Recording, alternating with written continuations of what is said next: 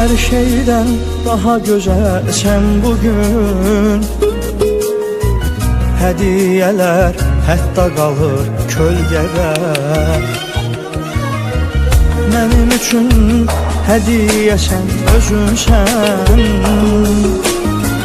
Mənə görə doğulmusan bəlkə də.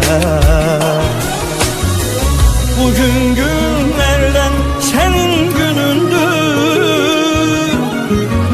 Bu xoş işlər ola bilməz heç nədən.